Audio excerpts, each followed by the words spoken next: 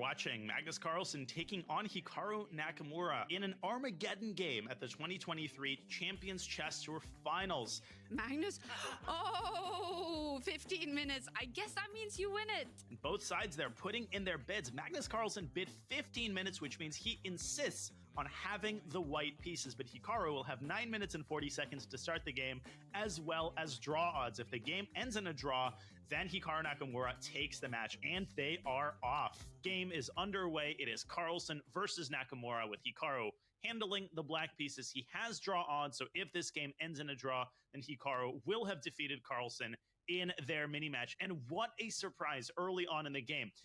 Hikaru essaying a Petrov, that's not the surprise, but he takes on e4. Traditionally, this is not considered to be a good move because of queen e2, but Magnus immediately deviates from the known theory. Hikaru might have prepared a tricky line instead. Magnus chasing away Hikaru's knight and then pushing the pawn up to d4. Hikaru reciprocates with d5, and now the position is very symmetrical indeed. The only difference is that Magnus has ensconced that knight on e5. He might have a very small edge because of that, as the players continue to develop their pieces, making moves quickly. Both sides castle to the king side. And now, presumably, Magnus is going to continue developing. Bishop to g5 looks like a pretty good spot for White's dark squared bishop. The knight from b1, it can come out to c3, but often that's an inadvisable method of development because it actually blocks the c2 pawn, which can advance up to c4 and challenge Black's control of the center. Hikaru very surprised, it seems, at Carlsen's choice to develop the bishop to f4, where it ensures that the knight on e5 is going to be extra well protected.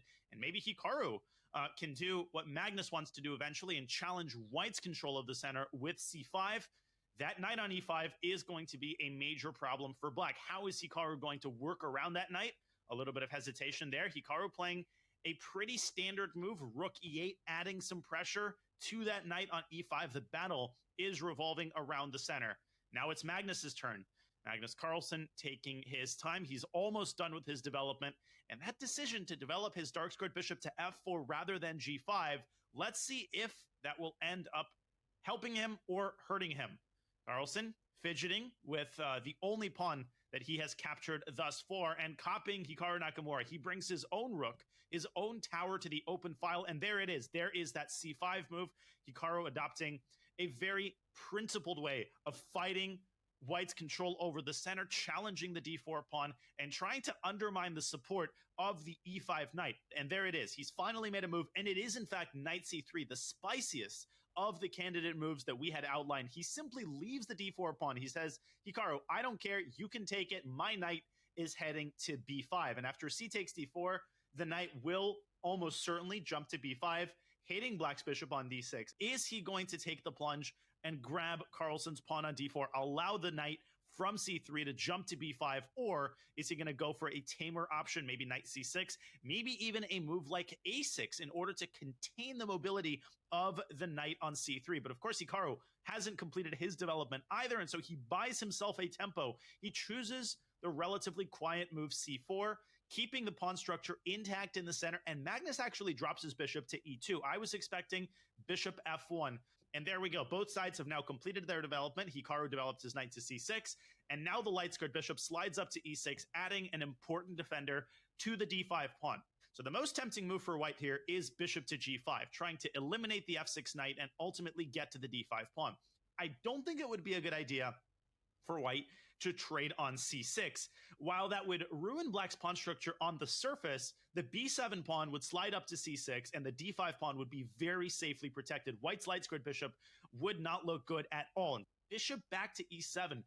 What an interesting move by Nakamura. The bishop retreats, adding another defender to the d5 pawn. Now Black's queen is participating in the defensive task. I think Hikaru is trying to take the sting out of a potential bishop sally to g5. Magnus might have to find another area of the board to play on. The d5 pawn is now protected by 3 separate pieces. How is Magnus going to prosecute his initiative? And b3 is his choice. He's going at it from the other side. Rather than attacking the base of the pawn chain, he's going after the tip of the pawn chain, engineering a trade of pawns on the queen side. How is he going to recapture? Well, our mamas taught us that the best way is to recapture toward the center. A takes b3 would open up that rook on a1. It would allow White to exert a little bit of pressure on the a7 pawn. Obviously, Hikaru's position is ultra solid at the time, but Magnus has that space advantage. He still has his knight nicely sitting on e5, and if Hikaru is the one to take on e5, Magnus might be able to recapture with a pawn, and then the d5 pawn is likely to fall. And so Hikaru is working around that knight instead. Bishop to b4 is an excellent move. There it is, knight to d3, not a happy camper, as Carlsen is forced to voluntarily drop his knight back from e5 and chase that bishop away from b4. Now notice, knight takes d4 is not possible here because the bishop on b4 will hang, and the bishop on f3 is protected by the g2 pawn. And he takes on c3. Why did he do that?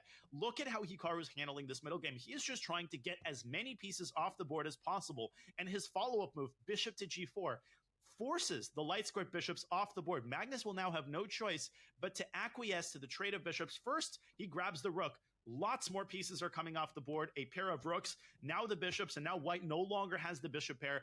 And Hikaru has that e4 square that he could try to sink his teeth into when the knight moves back from g4 to f6. But the downside of Hikaru's campaign to trade all of the pieces is that he's given away control of the e-file. The e-file is the most important avenue in this board, and now white has firm control of that file. Magnus kind of raising his eyebrows, almost indicating that he just doesn't see anything that appeals to him, but he has to find a way to keep the games going. Finally, Carlsen deciding on h3, chasing the knight away, and knight to b4. What an interesting decision by Carlsen, and Hikaru was either very happy to see that or very surprised to see that. Magnus offering a trade of knights, and maybe Hikaru is surprised that Carlsen is voluntarily trading off the horses.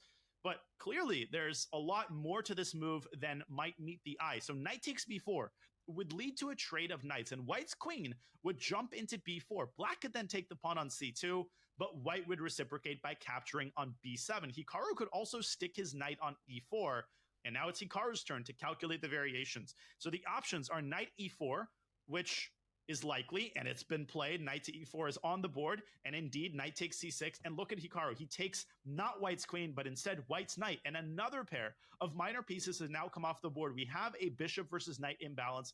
Hikaru has entrenched a knight on e4, but that's not an outpost. White could chase that knight away in the future with the move f3. He can bring it up to a5, and he does. Queen to a5, attacking the pawn on a7, keeping black's rook at bay. And there's a sense in which Hikaru is under a little bit of pressure here. He's got a lot of weaknesses on the queen side. His pawn on d5 is no longer isolated, but instead its neighbor on c6. That's a long-term weakness. The pawn on a7 is isolated, and it's being pressured by white's queen. That's a long-term weakness. White's bishop on f4 has access to a lot of good dark squares. On black's side of the board, the e5 square could be used as a base of operations.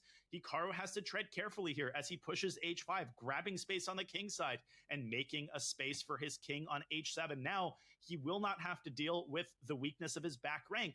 And there we go. Magnus chases the knight back to f6. Now the knight on f6 is completely restricted by the pawn on f3 and its neighbor on h3. Magnus will have to make a decision momentarily. Time continues to tick down.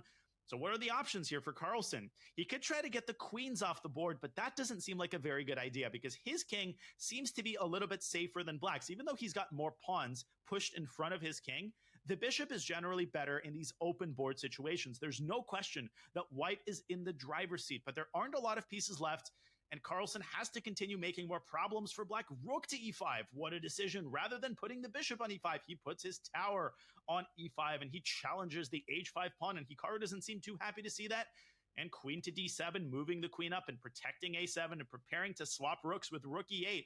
And with every piece that comes off the board, black's defensive task becomes easier and easier, and the significance of black's weakened king continues to diminish. Hikaru adopts a more relaxed posture. Queen to d7 was a nice calm reaction, and Carlsen brings his own queen, brings that lady back from a5 to e1 as it zigzags from one side of the board to the other. And very likely Carlsen is assembling his forces, whatever remains of them, to try a last-second attack on black's king. That queen might be heading for g3. It might be trying to x-ray the g7 pawn, but Hikaru continues to push his campaign and continues to bring pieces off the board. Rook to e8 And now Carlsen has no choice but to acquiesce to the trade of rooks, but he plays queen to h4.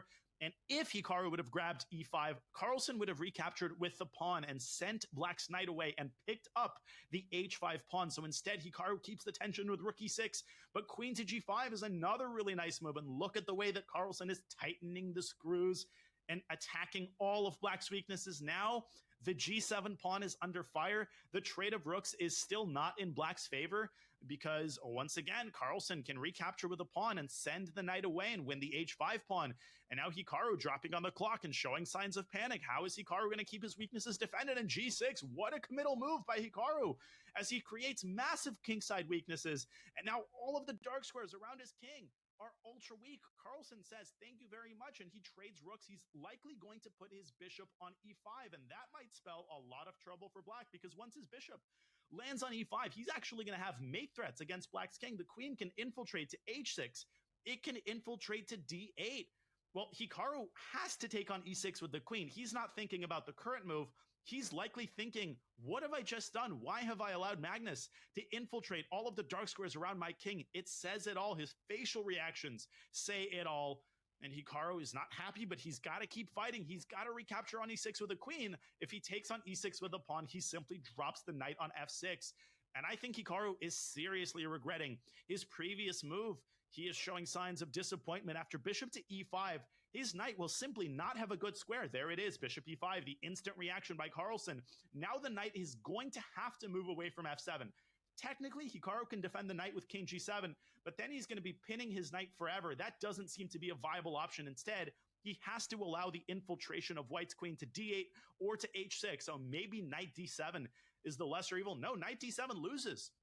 That knight has to go all the way back to e8, but now the queen infiltrates to h6, and Carlsen has fully infiltrated queen h8 and queen h7. The king is getting harassed, and there goes the a7 pawn. Finally, it's time for Magnus Carlsen to collect his harvest. He is now a pawn to the good.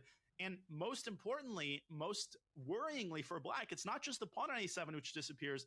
The attack continues. Black's position is riddled with holes, but Hikaru continues to fight. He brings that knight back to f6. Eventually, he will try to move back to d7 and get that irksome bishop off of e5. Hikaru moves his king to e8. All hands on deck for Hikaru Nakamura. But now the queen can continue to zigzag from the queen side to the king side. The c6 pawn is weak. The g6 pawn is weak. Can Hikaru keep everything contained as Magnus Carlsen very patiently? This is a typical Magnus move. The king moves up to h2 and gets away from the line of fire of Black's queen. Now, if white's bishop ever moves away from e5, there will not be a check on e1. Hikaru Nakamura will have zero counterplay against white's queen, and Hikaru continues to shake his head. This game is spiraling out of control. He is now a pawn down. His position is full of weaknesses, and his clock time is dwindling down to 0. Hikaru has no moves here. He can move the knight back. Instead, he angrily pushes his pawn to h4, trying to create maybe the preconditions for some sort of counterplay against white's king, maybe getting that h5 square for his knight. And Carlsen has to continue the pressure, right? He still hasn't won the game. Maybe he can push c4 and try to create a passer on the queen side. Maybe he can push b4 and toss the ball back into Black's court. I don't see a forced win here. He can throw in that check on b8. He can play queen b8 check, but instead bishop to d6, continuing to infiltrate down the dark squares. Hikaru offers a trade of queens. The danger, if Carlsen accepts that trade, is that Hikaru will be able to build some sort of a fortress. His queenside pawns are on light squares, and Carlsen does indeed trade the queens, but look at his bishop as it deftly, adroitly maneuvers back to f4, threatening to infiltrate to g5. Now it moves back to d2, but how is Carlsen going to break? Hikaru's last line of defense, bishop to e1, and both sides blitzing their moves, and f4, amazing move, undermining Black's pawn chain. Now Carlsen has a passed pawn on h3, that's an outside passer, and he brings his king back to g1 as it zigzags up to f2. If Carlsen can get to Hikaru's pawn on f4, then the game will be over. That will be 2 extra pawns. Hikaru with just a couple of seconds on his clock as he instantly moves his knight back up to e6, but he's not going to be able to keep everything protected. He's given up the pawn on f4, and he has extended his hand in resignation. What an incredible surgical positional effort by Magnus Carlsen as he manages to take down Hikaru Nakamura in an on-demand victory in the Armageddon game of their 2023 season.